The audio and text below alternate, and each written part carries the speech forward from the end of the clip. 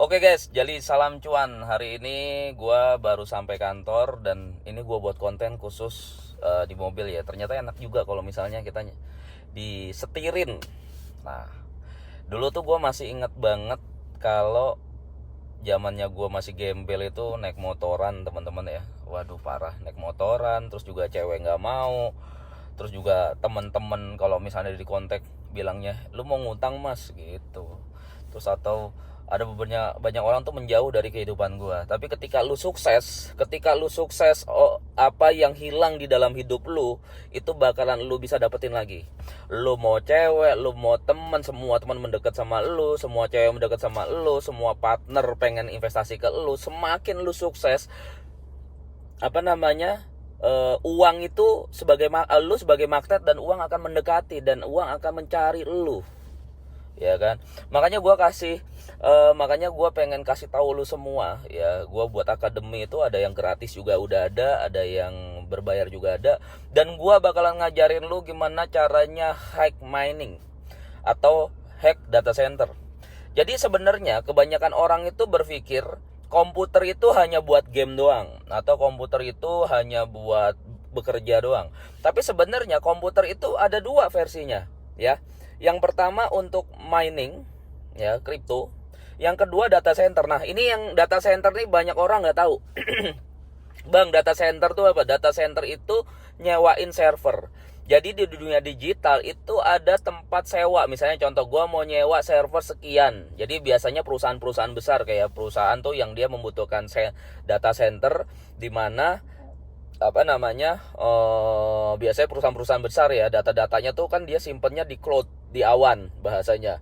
Nah, itu tuh sewa. Makanya kalau misalnya lo berpikir investasi itu hanya mining, nah itu kesalahan besar. Makanya gue bilang hack mining itu, kebanyakan orang itu nggak tahu cara mining yang sebenarnya. Nah ini gue belajar sama guru gue. Jadi di atas gue tuh ada guru lagi yang dia udah investasi di tahun 2012.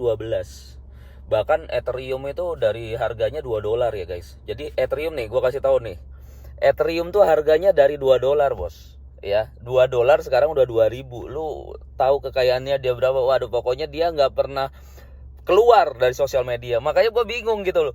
Di Indonesia tuh ada yang raja airdrop, raja kripto, raja apa, diundang exchange ya. Tapi kenapa dia nggak pernah diundang? Orang duitnya banyak loh dari kripto. Ya, partner gue ini duitnya lebih banyak dari se-Indonesia Raya, ya kan. Cuman kenapa dia nggak pernah diundang? Orang semuanya nggak tahu. Jadi gini teman-teman, kalau misalnya lu dari golongan 2018, lu nggak bakalan muncul di publik. Orang-orang yang muncul di publik itu adalah orang-orang yang munculnya, yang dia investasi di 2018. Kayak gue nih, gue 2018 investasi kripto. Nah, gue buat akademi dan lain-lain. Kalau misalnya yang mereka aliran 2012 itu duitnya udah banyak banget. Makanya teman-teman kalau misalnya mau belajar sama aliran yang 2012. Kenapa? Karena yang 2012 itu lebih pengalaman lagi dan duitnya udah lebih banyak pasti. Tapi dia nggak pernah muncul di sosmed, ya kan? Bahkan duitnya itu tidak taruh di exchange. Ya, kita semua tidak taruh di exchange. Gua kasih tahu dulu, di exchange itu hanya buat trading doang. Kita taruhnya di cold wallet kita atau hard wallet kita. Jadi kita mining langsung simpen. Biasanya gue mining SCH, misalnya SCH gue langsung convert ke Ethereum, karena Ethereum udah nggak bisa di mining kan. Itu yang pertama. Yang kedua, kesalahan orang itu adalah mereka full ke kriptonya, ke mining kriptonya. Makanya mereka tidak punya penghasilan bulanan atau penghasilan tahunan atau harian. Karena kalau misalnya kalian punya data center, sewain server, itu ada sewain server itu bisa bulanan, tahunan, itu buat operasional. Dan kita juga udah sediain operasional. Nah, kebanyakan orang-orang yang mining, nih gue kasih tahu ke lu. Orang-orang yang mining, mereka itu menjual menjual koin mereka untuk bayar listrik. Nah, ya, mereka menjual koin mereka untuk membayar listrik. Itu adalah kesalahan, kebodohan yang banyak investor-investor lakukan. Makanya dulu tuh di zamannya kemarin 2012, banyak orang yang udah mining, gede-gedean konten mining sama artis-artis gitu ya. Tahu-tahu dia rugi. Kenapa? Ya pasti rugi lah. lu dapat mining yang koinnya masih harganya 15-20 ribu gitu. Tapi itu adalah momen. Kenapa? Karena komputer jauh lebih murah dibandingkan sekarang. Sekarang harga komputer udah pasti lebih mahal dari kemarin. Sama aja. Terus dulu yang miningnya sedikit, karena yang mining sedikit, koin lu tambah banyak dapatnya. Tapi jangan dijual, koinnya banyak, koinnya lebih banyak dapat, tapi harganya rendah. Nah, untuk begitu lu simpen. Nah, lu bedain cash flow-nya antara cash flow operasional sama cash flow mining itu sendiri. Nah, sekarang kebalikan, yang mining udah banyak, harganya udah tinggi, tapi dapat koinnya lebih dikit. Nah, jadi itu adalah strategi kayak gua main. Makanya gua menciptakan hack future. Lu coba keliling di luar sana, nggak akan ada mentor yang punya rumus hack future. Ada hack future dari kode bandar, gue punya rumus kode bandarnya, gue punya indikator buy sama sell dari Binance, itu udah gue pecahkan rumusnya.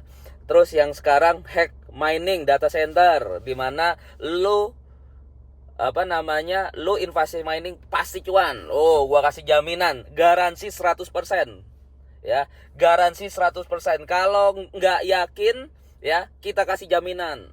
Gue bisanya, mana bang, masa bisa langsung cuan? Kalau nggak percaya, ada buktiin dengan rumus gue. Nggak usah bayar, ya, nggak usah bayar. Gue kasih jaminan, nih aset gue banyak, gue bilang. Tim gue itu punya developer, asetnya banyak, ya kan. Di gue sendiri aja aset ada berapa tuh? Aduh, per orang owner-ownernya udah punya 5-10 aset gitu kan. Nah, itu gue kasih jaminan. Mau modal lu berapa? Mau modal lu 10M, 20M, 60M, ya kan, mau 100M kita siapin. Nah, kalau lu punya duit sebenarnya berapa, ya kan? Dan gua kasih jaminan kalau emang nggak untung, asetnya ambilin, ya kan? Atau dijual berapapun harganya, pokoknya modal balik 100%. Gua garansiin modal balik selama 4 tahun. Ya, kalau mining itu mindsetnya 4 tahunan, ya, beda sama trading. Kalau trading ya lu jangan mining. Nah, semuanya taruh di cold wallet. Mining data center, kalau lu takut mining, lu masuk ke data center, sewain server. Oh, gua kasih garansi. Lu mau profit pasti fix, mau profit bagi hasil terserah. Lu mau model gimana terserah. Ya, kenapa gua bisa berani kayak gini? Lu coba tantangin mentor-mentor lu atau partner bisnis lu. Berani nggak mereka menggaransiin profit lu? Gua selama investasi, ya, ditawarin investasi sama orang-orang gitu, ya, dengan ini pasti profitnya 1-30% per bulan. Gue bilang sama mereka, gue invest ke lu 1M, lu berani kasih gue garansi apa? Ayo sini, mobil lu sini, ya kan, motor lu sini, mobil lu sini, atau rumah lu sini, gitu. Nggak ada yang berani satupun. Dari 20 presentasi, ratusan presentasi yang pernah datang ke hidup gue, itu tidak ada mereka yang ngomongnya gede berani kasih garansi. Ya, coba lu keliling, bang, gue invest di lu kasih gue garansi apa, jaminan apa? Ada nggak? Berarti coba lu keliling, coba gue tantangin lu semua yang nonton video ini, lu coba keliling, berani nggak mereka kasih garansi itu? Ya, jadi pasti mereka udah nggak berani. Ya pasti, ya nggak ada. Gue udah keliling, nggak ada orang yang berani kasih garansi itu jaminan aset atau mereka kasih kepastian profitnya. Ya, minimal modalnya balik. Kalau mengalami kerugian, modal gue balik 100%. Nggak ada. Coba lu keliling. Makanya gue mau kasih tahu teman-teman, ya, gue mau kasih tahu teman-teman di gue mau kasih tahu teman-teman. Oke, gue mau kasih tahu lu semua, kalau ada orang yang nawarin investasi ke lu, ya, minta jaminannya apa? Karena dulu aja yang koar-koar nantang-nantang gue aja, gue bilang, kalau emang lu jago trading, ya, lu punya skillful, gue investasi ke lu 1M, lu mainin future, lu buktiin live trading sama gue, gue kasih 1M, mainin, coba bisa cuan konsisten nggak? Nggak ada yang berani. Udah gua coba. Jadi semuanya akan gua share, ya, buat teman-teman gratis untuk VIP gua, ya, dimana kalau misalnya duit lu kuat di atas 10-60M sampai 100M, gua akan ajarin gimana caranya investasi di dunia digital itu pasti cuannya, nggak mungkin rugi, dan itu konsisten. Ya, sekarang Sekarang gini aja, sekarang di dunia digital ya, kalau lu di dunia konvensional lu nggak bakal bisa dapet duit. Satu-satunya cara biar lu bisa movement yang dulunya nggak punya duit dan akhirnya jadi kaya raya gitu hanya orang-orang yang di dunia digital saat ini. Kalau di dunia konvensional dulunya kaya jadi miskin. Kenapa? Karena mereka nggak cepat berubah. Contoh gini, ilmu atau investasi itu cepet berubah. Contoh gue dulu masih zamannya Facebook ya, Facebook, Twitter. Gue baru buat Facebook, gue mau mempelajarin cara kerja Facebook, kita beradaptasi sama Facebook, udah ada Instagram. Terus kita beralih ke Instagram, udah mempelajari Instagram, ada aplikasi lain seperti TikTok. Nanti ada TikTok, ada lagi. Jadi kita belum adaptasi tentang suatu produk. Kecepatan teknologi udah jauh lebih cepat. Jadi di 2024 sampai 2030 teknologi itu berkembang sangat cepat. Kalau misalnya kalian tidak bisa beradaptasi, itu kalian akan menjadi gembel. Gua kasih tahu ke lu ya. Ini buat pengusaha-pengusaha yang di luar sana yang berpikir tenang aja, bisnis gua aman-aman aja. Lu nggak aman ya, karena di dunia digital GPT AI, lu coba lihat deh, GPT AI itu bisa menjawab semua kebutuhan basic. Kita ngomong basic ya, kalau yang pro itu beda lagi. Jadi basic ini akan dibunuh oleh GPT AI. Orang-orang yang cuman punya ilmu basic yang berdasarkan Google itu akan dibunuh oleh GPT AI.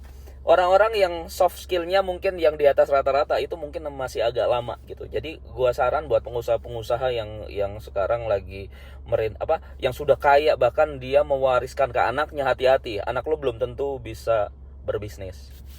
Ya, anak lo belum tentu berbisnis karena gini, gua banyak ketemu banyak orang tua itu yang bingung nyerahin bisnisnya, melanjutkan bisnisnya ke anaknya. Karena anaknya nggak bisa apa-apa, guys.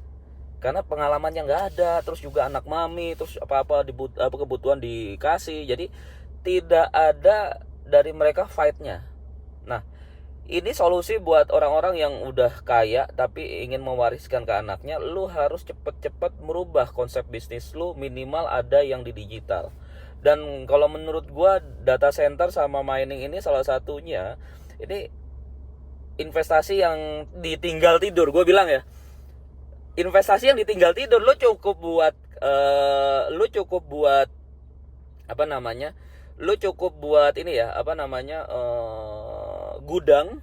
gudang, terus juga lu cukup buat tempat mining ya, data center ya kan, terserah lu mau data center atau mining. Terus tinggal sapam dan lain-lain, udah nggak usah gaji banyak-banyak, lu tinggal tidur aja, lu tinggal cek, ini ada rusak, ganti mesinnya, gantinya itu udah garansi selama 4 tahun, seumur hidup garansi pergantian ya, itu udah dihitungin semua ya, untuk pergantian mesin segala macam semuanya udah digaransiin semua. Nanti tinggal totalan berapa, bersih, sikat, udah selesai ya. Jadi daripada lu masuk ke deposito ya kan, deposito untungnya paling cuman ya 4%, ini bisa 10-20. Jadi kalau menurut gua worth it lu invest terus lu tinggal tidur ya kan. Itu yang gua lakuin guys dari 2018. Jadi gua ya sebenarnya gua puji Tuhan lah. Kenapa? Karena gua dikasih jalan sama Tuhan gitu ya, dimana yang dulu gua kerja keras gitu ya, sekarang kerja gua lebih santai ya. Jadi kalau misalnya lu lihat ya teman-teman, nih gua kasih tahu, kalau misalnya lu lihat kerja gua tuh waduh parah guys. Gua ngelatih badminton, terus juga gua jualan, dulu zamannya jualan asuransi keliling, semuanya konvensional. Sekarang gue cukup buat konten, gue udah bisa jualan. Terus gue cukup mining, gue udah jadi duit. Gue cukup trading, udah dapat penghasilan harian. Jadi gue ada penghasilan harian, mingguan, bulanan, tahunan, ya kan. Terus dari mining itu gue ada koperasi. Koperasi itu untuk cari-cari barang-barang yang murah-murah. Udah gue kerja tinggal tidur, udah cuan. Gue nggak perlu gue nggak perlu kerja keras cari duit lagi. Gue jadi invest duit gue yang kerja, terus habis gue tinggal tidur, gue tinggal tunggu 2-3 bulan, gue langsung cuan guys ya.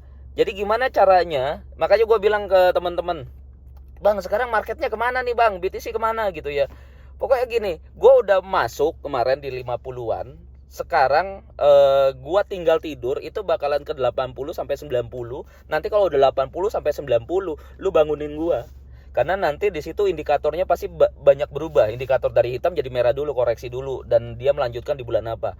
Jadi kalau misalnya gua kalau investasi biasanya gini, gua invest, gua udah tahu targetnya, gua tinggal tidur aja. Kebanyakan orang-orang pemula itu sok keras gitu, dimana wow trading naik, setiap hari pantengin market. Enggak, orang yang pro itu adalah dia tahu, udah ngitung ini dari sini batasnya sampai mana, ketika udah sampai di sini gitu ya, ya udah beli, gue tinggal tidur, nanti tinggal staff gue ngomong, bang udah sampai di sini. Jadi gue nggak selalu ngeliatin market terus, capek. Daripada ngeliatin market, ya mendingan gue kerja konvensional dulu gitu kan. Ini udah cuan di sini baru lepas. Itu untuk buat trading ya. Kalau misalnya aset gue yang di wallet itu beda lagi teman-teman. Jadi semoga informasi ini bermanfaat buat kalian nih.